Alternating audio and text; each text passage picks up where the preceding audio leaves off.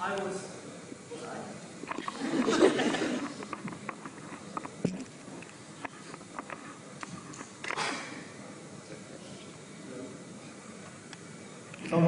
Okay, cool.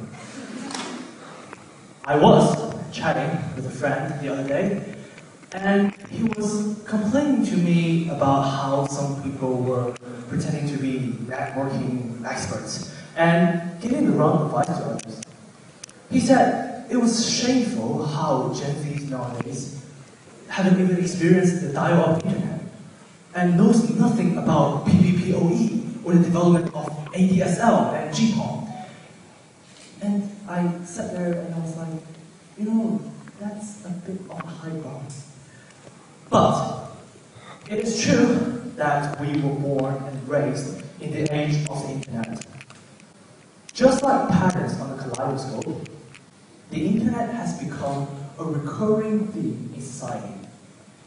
In fact, we're so used to it that we don't actually know much about it.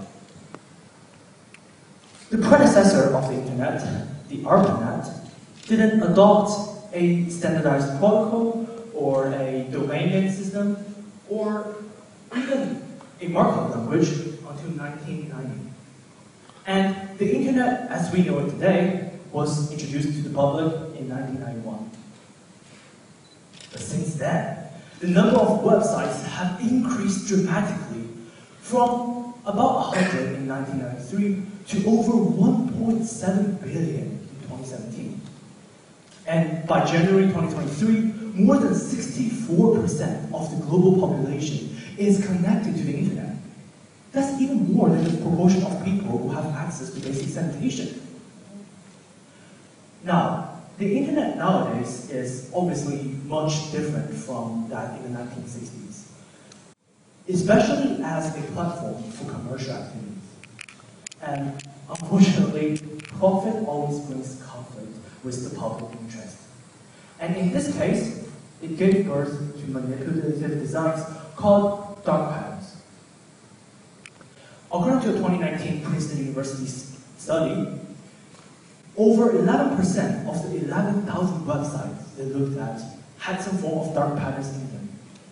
And one of the classic examples is a cookie banner. Now, let me ask you guys, because I know you guys are bored, how many of you have seen a cookie banner before? Please raise your hand. How many of you have actually read what's on the cookie banner, including the categories?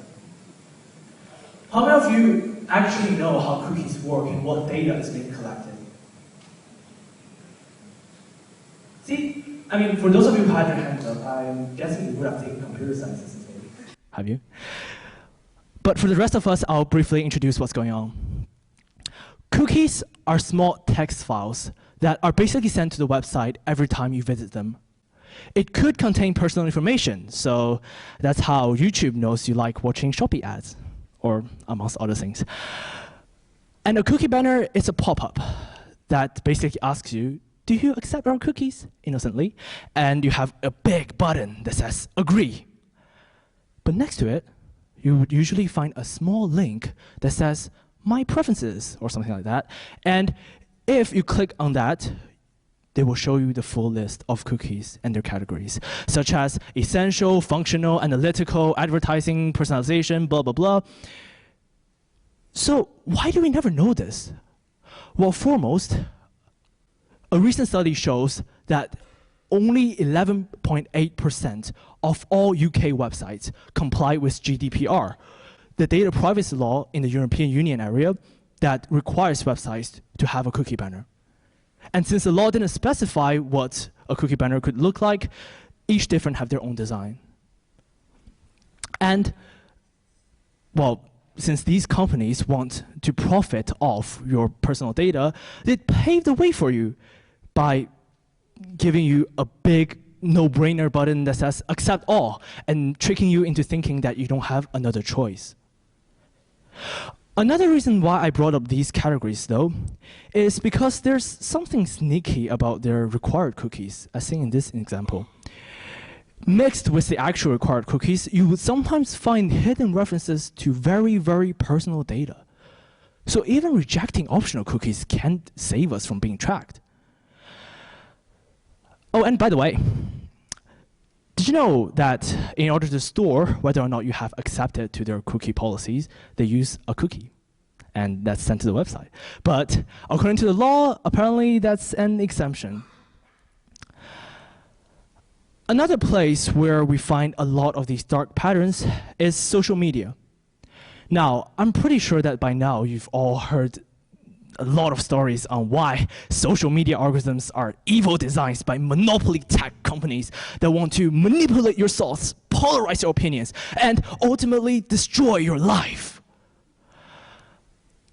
Putting aside the slippery slope, I think something that we didn't emphasize enough on is the fact that this infinite scroll is a recommendation algorithm, which means that it tries to give you what will keep you engaged based on your and other people's activities. Now, imagine this. You go on Instagram to find your daily source of inspirational quotes and cat pics. For some of you cat lovers out there. And after a while, you realize that this world is what a wonderful world. And then you put on your phone to do something productive, like actually contributing to society. Sounds brilliant, right? But what if you imagine yourself hopping on Twitter to see some political figure using derogatory language against their opponent? How would you feel? Enraged, disgusted, surprised. You want to know more. You want to reply and retweet. You want to share it with your friends. And to Twitter, that is profit. Your negative emotions are simply fuels for these recommendation algorithms.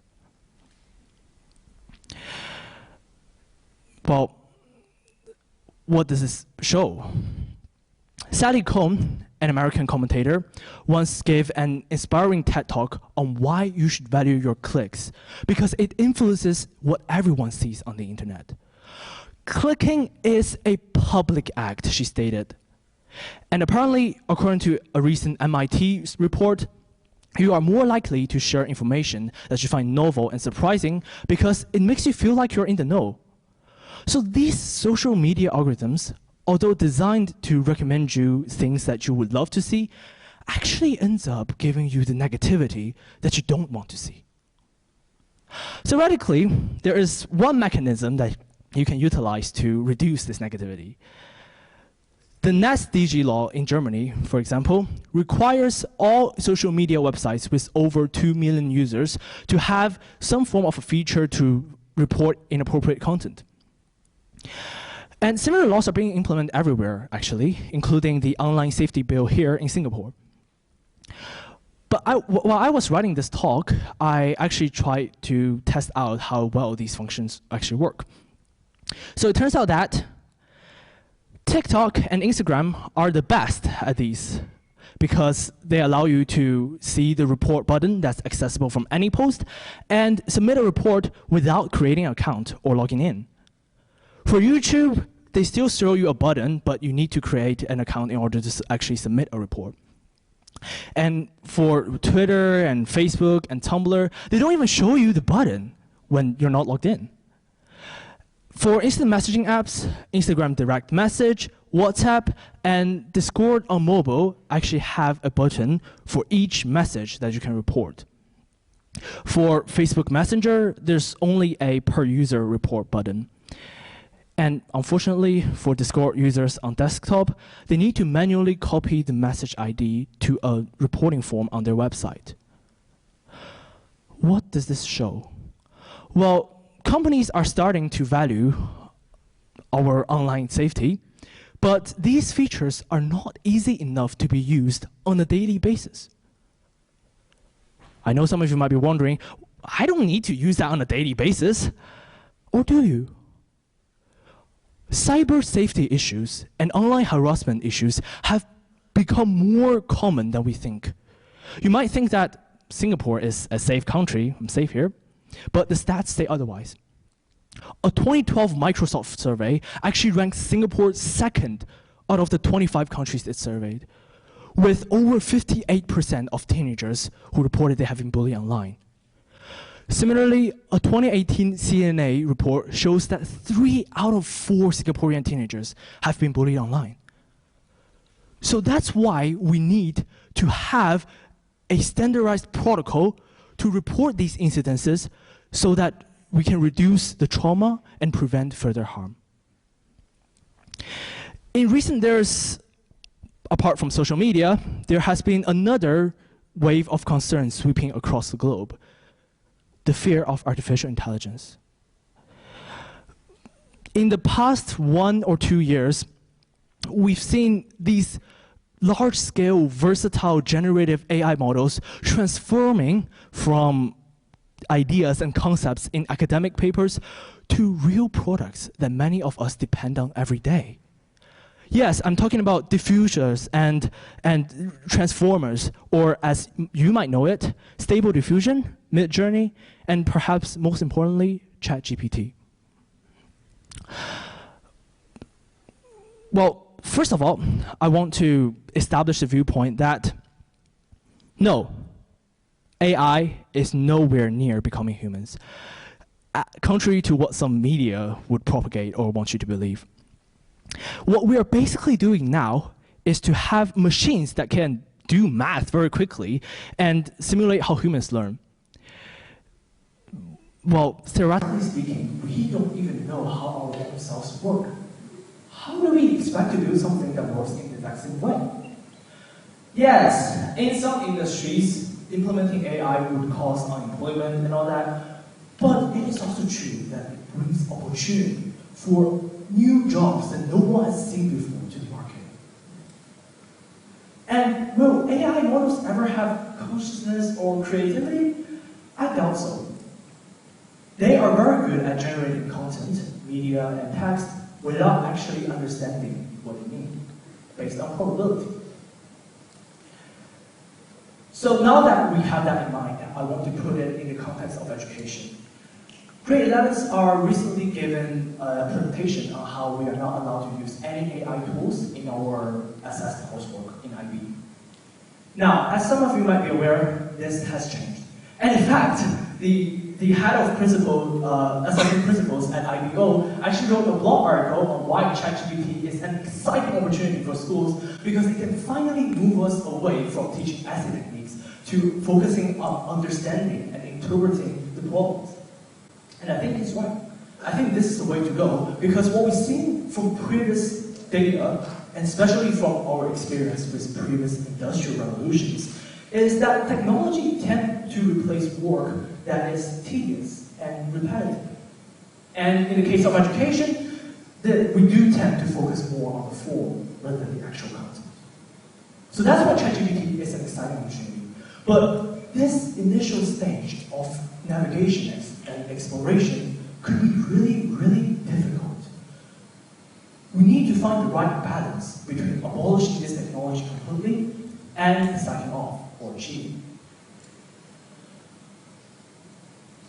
And, well, it is true that these technologies could have negative feedback, but we need to understand what is proper use and what is abuse in order for us to all coexist with AI in the future. Now, today's talk has touched upon a lot of very big issues, such as privacy and social media and cyberbullying and artificial intelligence. It may seem impossible for us pathetic IGCSE and IB students to do anything about it. But this is not our excuse to be bystanders, to watch as technology which was designed to make our lives better ends up consuming and controlling us and the ones around us. So here are some tips. First of all, know your choices. Don't opt into any programs you don't understand the consequences of, such as anonymous analytical data. Check your Google account, check your Microsoft account, school or personal, and turn off any unnecessary permissions that will leave traces on the internet that will influence what you see in the future.